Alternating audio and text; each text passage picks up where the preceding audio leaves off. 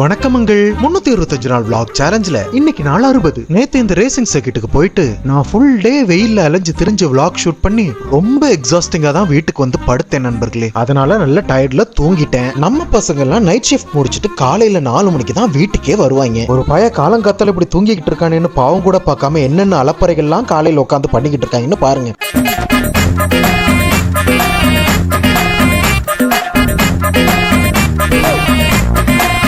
இடையில கொஞ்ச நேரம் கண்ணு முழிச்சு பார்த்தேன், அப்புறம் மறுபடியும் தூங்கிட்டேங்க.